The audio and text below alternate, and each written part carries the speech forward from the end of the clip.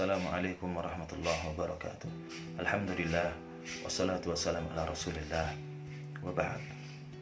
Sahabat-sahabat sekalian yang dirahmati Allah Ta'ala, pada kesempatan yang baik ini akan kami sampaikan beberapa poin penting terkait dengan relasi ataupun hubungan antara ibadah dengan akhlak. Satu hal yang menurut kami perlu untuk kita bahas bersama-sama, karena sekali waktu kita merasakan fenomena yang ada di sekitar kita, di mana ada sebagian kalangan yang akhlaknya baik, moralnya baik, akan tapi tidak bersemangat dalam melaksanakan ibadah. Sebaliknya ada sebagian kalangan yang ibadahnya rajin, akan tapi moral ataupun etikanya buruk. Karenanya kita harus memahami relasi ataupun hubungan antara al-ibadah wal akhlak. Sahabat-sahabat sekalian yang dirahmati Allah Ta'ala, sebelumnya perlu kami sampaikan bahwasanya salah satu tugas primer Rasulullah SAW diutus ke muka bumi ini, selain memahamkan ajaran tauhid bahwa satu-satunya zat yang berhak disembah adalah Allah Ta'ala, adalah itmam makarimil akhlak, menyempurnakan akhlak.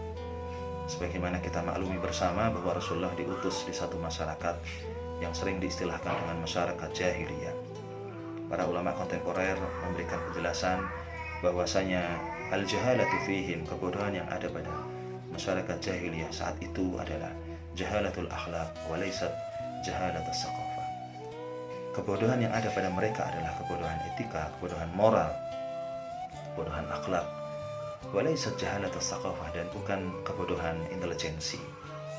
Karena kalau kita perhatikan beberapa referensi, kita akan dapati banyak juga orang-orang Arab kala itu yang berstatus sebagai syu'ara, ahli-ahli syair, yang berstatus sebagai bulaghah, ahli-ahli ilmu balaghah, yang mana para ahli syair dan para ahli balaghah ini hal-hal yang terkait dengan sastra Arab yang cukup detail dan cukup pelik ini, mereka memiliki potensi intelijensi yang baik. Akan tapi kita dapati bagaimana masyarakat jahiliyah mempraktikkan perilaku-perilaku yang amoral, perilaku yang tidak baik. Meminum khamar menjadi tradisi harian mereka. Bahkan sampai pada wa'dul banat, memendam anak wanita hidup-hidup, karena mereka menganggap bahwasanya wanita adalah kalangan masyarakat yang tidak begitu memberikan arti bagi mereka. Berbeda dengan laki-laki yang bisa diandalkan ketangguhannya, yang bisa diandalkan keberaniannya, yang bisa diandalkan keluarganya untuk mencari nafkah, misalnya untuk berperang dan sebagainya dan sebagainya. Karenanya wa'dul banat ini ataupun pemendaman anak wanita hidup-hidup ini merupakan salah satu tindak amoral yang sangat jauh dan di luar daripada nilai-nilai kemanusiaan yang saat itu dipraktikkan oleh masyarakat jahiliyah. Sebagaimana juga kita pahami bagaimana mereka seringkali melakukan perang antar kabilah karena masalah kecil, kemudian masalah kecil itu dibesar-besarkan dan kemudian terjadilah perang antar kabilah di antara mereka.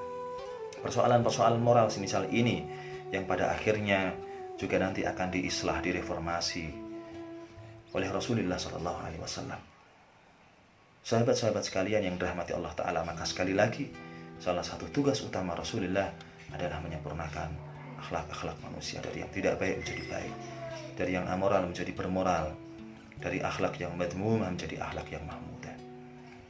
Sahabat-sahabat sekalian yang dirahmati Allah Ta'ala, saat kita perhatikan fondasi-fondasi dasar bangunan Islam, maka kita akan dapatkan bahwasanya ibadah-ibadah yang kita laksanakan pada dasarnya selain mengeratkan hubungan vertikal kita kepada Allah Ta'ala, juga membentuk pribadi kita menjadi pribadi-pribadi yang moralis ataupun bermoral. Kita lihat misalnya beberapa fondasi dasar bangunan Islam yang terkait dengan ibadah salat 5 waktu yang kita laksanakan, kemudian zakat kita, kemudian puasa kita, kemudian haji kita. Dalam salah satu firman Allah, Quran surat Al-Ankabut ayat 45, wa aqimis salata inna salata tanha 'anil fahsya'i wal munkar. Salat yang merupakan ibadah primer harian yang kita laksanakan, salah satu fungsinya adalah tanha 'anil fahsya'i wal munkar, mencegah perbuatan keji dan munkar.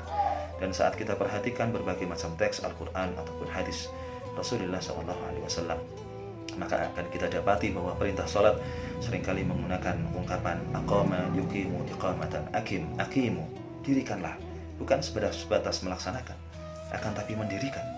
Para ulama menyampaikan hunaka farqun baina iqamatis shalah wa ada'is shalah. Di sana ada perbedaan antara mendirikan salat dengan melaksanakan salat. Seorang yang melaksanakan sholat hanya sebatas melaksanakan, ia laksanakan syarat-syaratnya, ia laksanakan rukunnya dari takbir sampai salam selesai. Akan tapi nilai-nilai sholat tidak merasuk dalam dirinya. Sehingga banyak kasus terjadi, misalnya kita dapati di masjid-masjid, di musola-musola. Bagaimana orang yang ikut sholat kemudian setelah selesai menunaikan sholat, ia ambil hak orang lain, ia ambil sepatu orang lain, ia ambil sandal orang lain, bahkan ia ambil motor orang lain dan seterusnya. Dia juga melakukan sholat, tapi setelah itu sholat selesai, ia lakukan perbuatan yang dilarang oleh syariat. Nilai-nilai sholat tidak merasuk dalam dirinya. Waliyadzubillah. Dalam konteks ini dia baru sampai pada tingkatan melaksanakan sholat, menggugurkan kewajiban sholat itu, nilai-nilainya tidak masuk dalam dirinya. Bahkan setelah sholat ada kemungkinan dia malah langsung melakukan perbuatan-perbuatan yang negatif ataupun yang tidak baik. Berbeda halnya ketika seorang mendirikan sholat, aqimus salah wa iqamis salah. Bahasa hadisnya wa iqamis salah. Bunyal Islam ala khamsin, syahadati an la ilaha illallah wa anni rasulullah. Wa iqamis salah menggunakan bahasa mendirikan juga.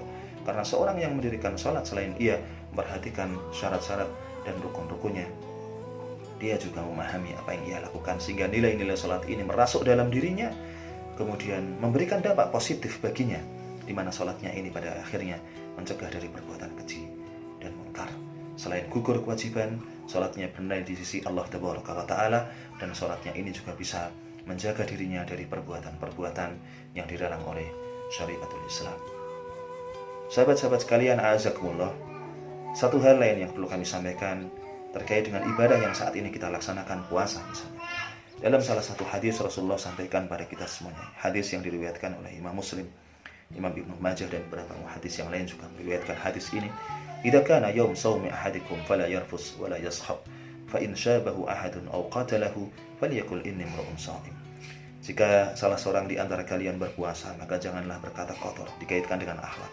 Wala yashab, jangan menyampaikan ungkapan-ungkapan yang mengusik orang lain, perkataan yang terlalu keras, perkataan yang memekikkan telinga dan yang semisalnya yang bisa mengusik orang lain.